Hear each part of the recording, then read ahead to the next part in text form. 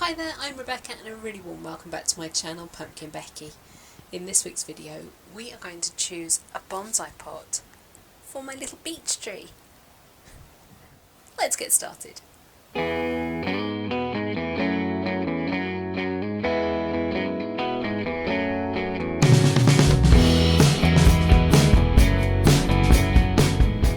This little beech tree was a self-sown seedling, probably from the woodland garden, I can't even remember. And I've pushed the shape. I really wanted to, because it was a free tree effectively, I just wanted to see how much bend I could get into it, what interesting shapes I could make, and I'm so pleased with it. I'm so happy. It's such a cute little tree, and it now deserves its very own pot. I think it's got enough shape and style, and now it's just going to start to mature in its pot. For several years it's just been growing in a very small flower pot. I have a look at it every now and again, make sure it's not doing anything dangerous coming out the bottom or anything. I feel a bit nervous. I don't know why. I mean, no decision in bonsai is final. You say, oh, I'm putting it in its final pot. You're probably not. You're putting it in its first proper bonsai pot. So I have two pots that I could use. I thought I was set on this little one. It was really inexpensive. I think it was less than a fiver on eBay. You know, it's not a super duper pot. It has a decent drainage hole in the bottom, cream glaze, drum pot. I really am a sucker for drum pots. I don't know why. I just am. I think if I could, all my pots would be drum pots. Just really, really drawn to the texture on them. So I like that the glaze hasn't got an even consistency, so the little beaded parts of the drum pot are highlighted almost.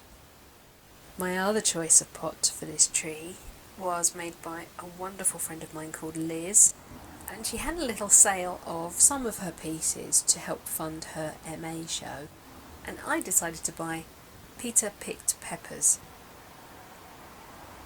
Oh God, I love this pot. It's gorgeous. It's not intended as a bonsai pot. I think it was possibly intended as a succulent planter.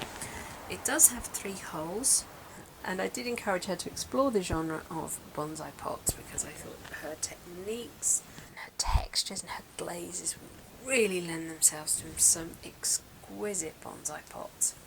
Although this isn't intended to be a bonsai pot, because it is so beautiful and chunky, I'm absolutely sure it's going to be completely safe outside. It will have winter protection. 90% of my trees come inside into the unheated greenhouse, so we shouldn't have any issues with frost being a problem at all. But the question is, which pot is going to be the right one? Peter picked peppers is probably the right size for the tree as it stands, and will encourage aging.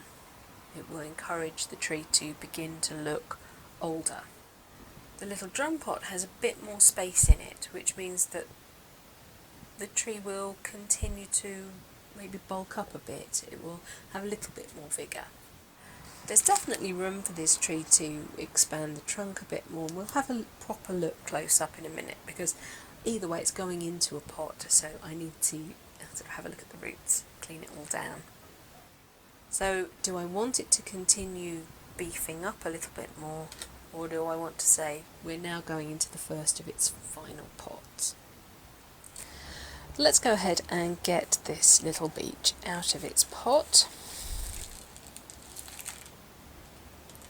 It's in an Akadama lava pumice mixture.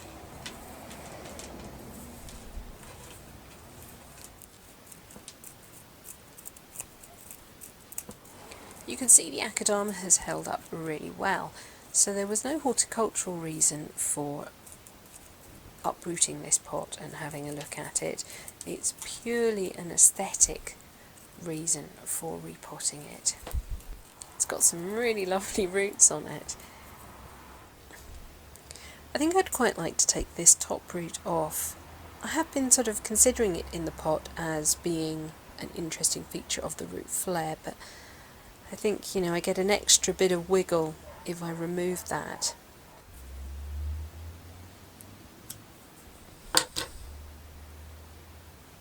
It didn't remove a huge amount of root. And the other thing I'd like to definitely do is prune back some of this tap root. It has a very definite downwards growth, which we don't want. We want to try and now get the roots to expand sideways. So I'm going to come all the way up to where it meets the underside of the tree, as close as I can anyway, and prune. And did you know that the fineness of the branching of your root system is going to be reflected in the fineness of the branching in your canopy? I've got this strange strong root which has grown down, kinked again, kinked back on itself. It's really pretty cray-cray. So I'm going to come, which I'm going to take the whole thing off.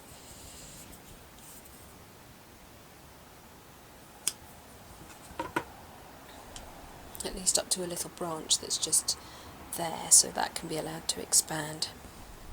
And there's another strong root that's trying to head downwards as well, next to the sort of tap root that I took off.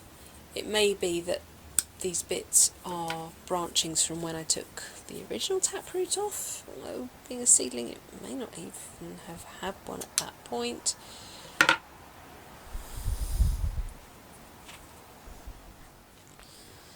So where are we now? We're well above Shohin height.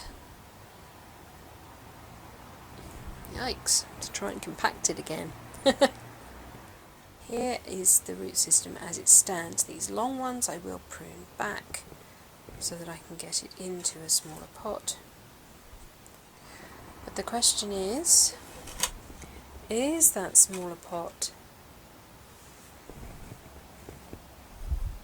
Peter picked peppers,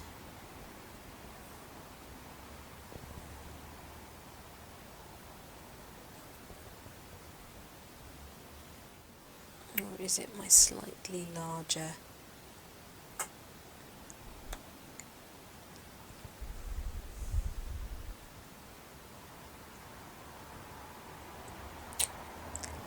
I think I'm going to play safe. I think I'm going to go with this pot.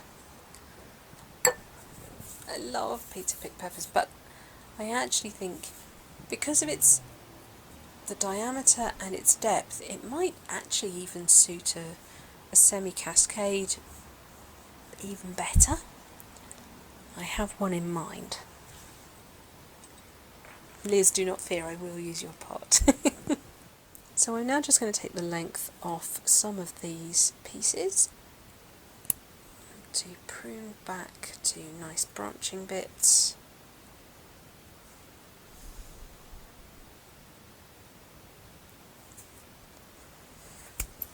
Have that one off as well.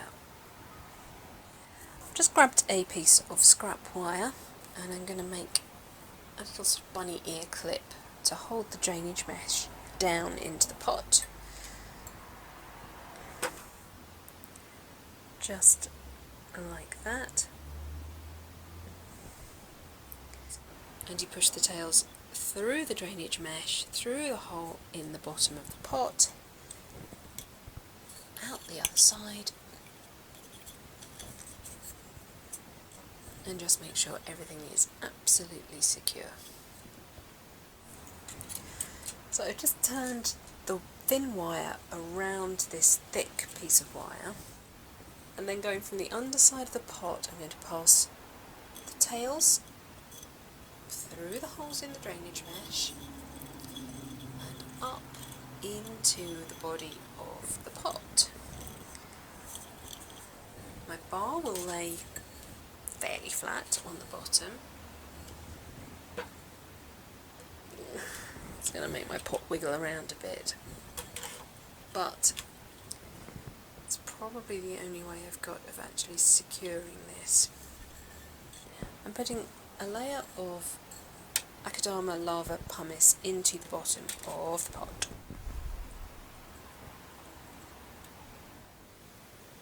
And then I'm going to sit the tree in.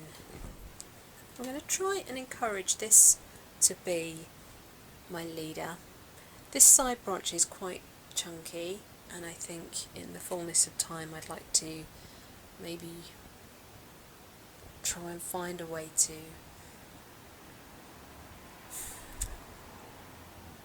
reduce it somehow, maybe removing this whole side, just leaving myself this little side piece here so that it transitions down a little bit quicker, but that's a job for another day. Now is the time to make sure the roots are all sitting where I want them to be sitting. I'm just inviting the tree to sit up a little bit higher in the pot so that this root will be a little bit exposed, and it will replace the two that were sort of up here somewhere that I've now removed.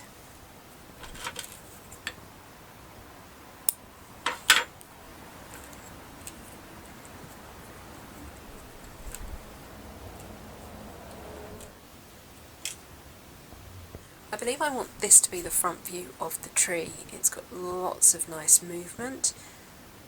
Where there are wire scars, they're less obvious than they are in other positions, and the branch is open to accept you. The top will ideally sort of start to come forward to greet you as well.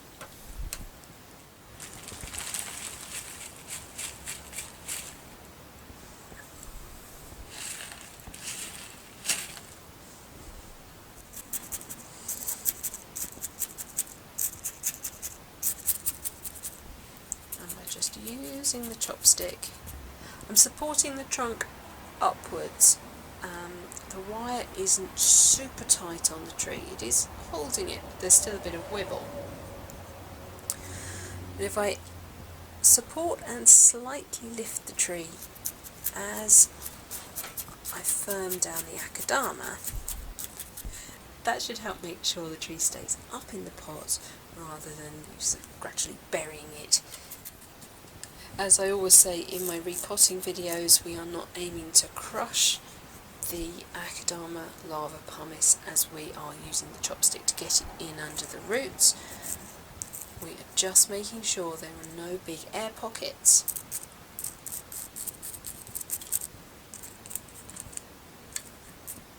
And that the tree is beautifully secure, and you can see it's firming up already.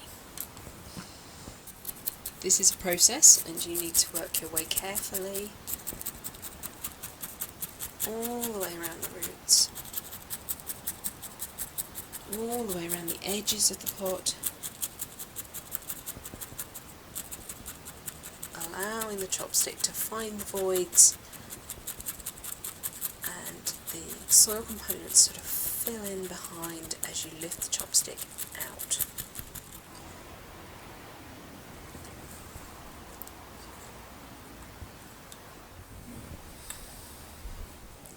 And it's really surprising how much extra soil you have to add to the pot once you have chopsticked it in. It just sort of disappears into nowhere. Now I just need to have a little think about pruning.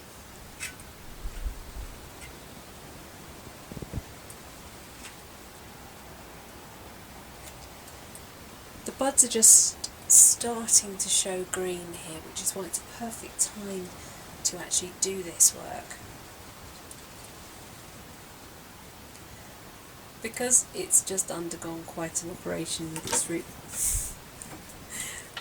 because it's just undergone quite an operation with its root system, I don't want to go too far with the pruning, but I know there is some work to do. So I'd like to wire this one away so that it is opening up to the viewer. So I will pair that with, well, I'll probably pair it with this branch because the piece going out the back is quite straight and could probably do with a little bit of assistance. I'm going to use some anodised aluminium wire. It's going to be a little bit softer on those branches than a copper wire would be.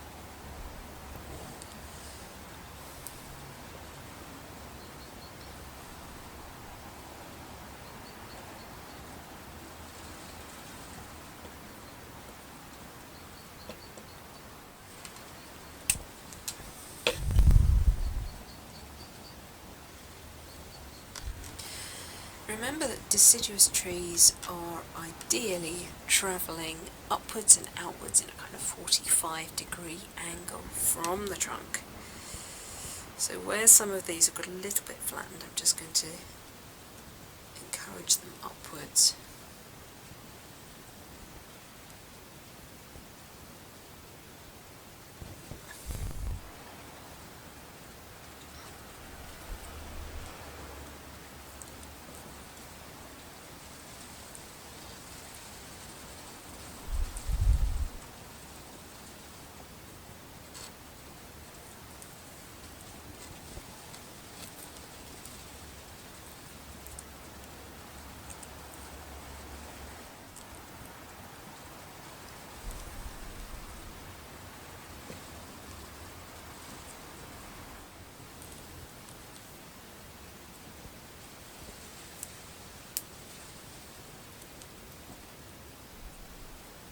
I paired these two branches with one piece of wire. This side has added lots of sideways movement, front and back, to this branch. It's also allowed it to come away at the 45 degrees, and by doing all of that it's sort of compacted the length slightly. Then the wire is extended up, and instead of coming to the front of the branch, which I could have done, I decided to bring the wire to the back fork on this branch and use it to almost level those two.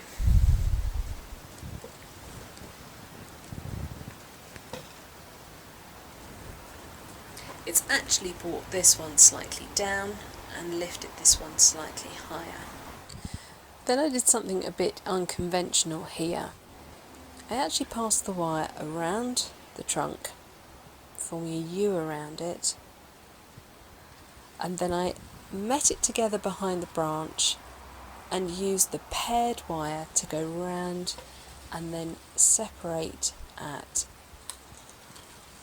this fork, so that I could help these two branches become more independent and fill space a little better. What that means is that this branch, which I was talking about earlier, is actually quite thick, becomes the back branch, which reduces its impact slightly. But also you can see that these two branches kind of do the same job, which means I could quite happily get rid of this coarse piece, still have a piece out here providing 3-dimension, and I won't miss this, which is currently making it look kind of clumsy. I've left myself a small stub here so that this cut can compartmentalise and die back normally, and the shoulder will form a proper joint.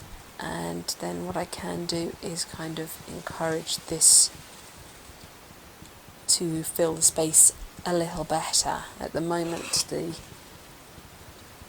branches are a bit peculiarly shaped, so I can pop some wire onto here and just encourage them into a more natural form. So hopefully now you can see that that is starting to fill the back space of the tree without looking overly thick.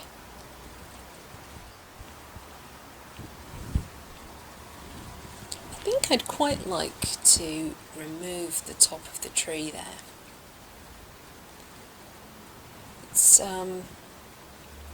It's not tapering down very much. I suppose a less severe thing to do would be to remove this branch, but I do feel like I could lose both of those and then encourage maybe this one to be the new leader.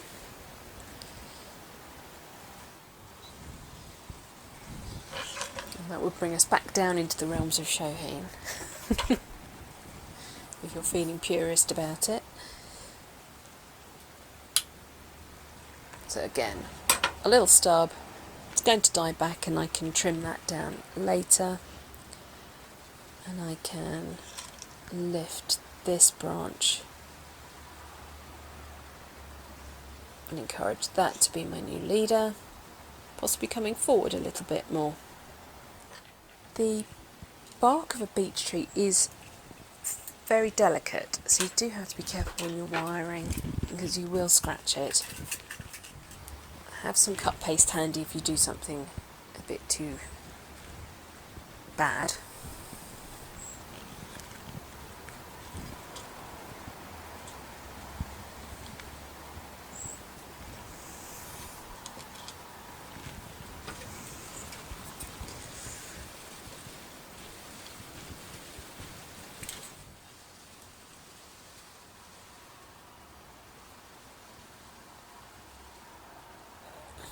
So another little Shohin to add to my collection.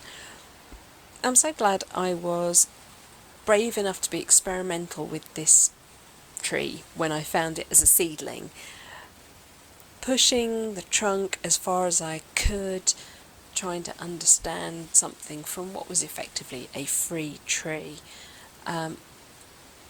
Really, it made me much braver with it. And sometimes when you buy something, even if it's only £5–10, you're sort of thinking, but that's cash. I'm breaking potentially cash.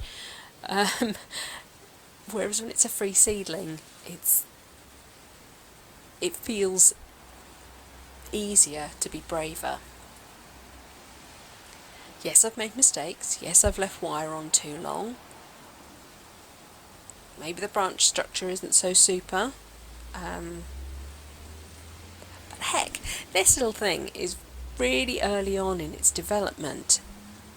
It's got so many years left to continue on being a wonderful tree, and it brings me joy, and that's the important bit.